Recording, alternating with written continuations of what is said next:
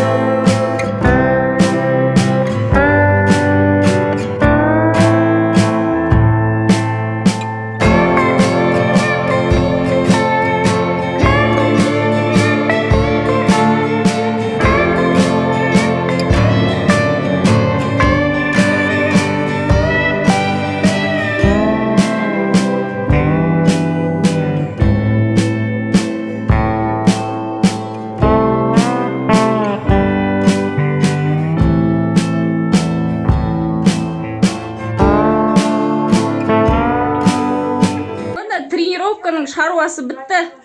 Келді менің хозяиндарым. Еміп жатыр енді, я? В общем, достар, кіммен бірге істегенімді осы видеоның астына қоям ссылкасын. Күшті канал, кіресіздер. Анандай күнде әртүрлі тренировка істетеді. Бірінші күн, екінші күн, үшінші күнде плейлистқа кіресіздер. Сол плейлисттің ішінде тұрады неше түрлісі. Өздеріңізге ыңғайлысын, ұнайтынын таңдап алып істесеңіздер болады.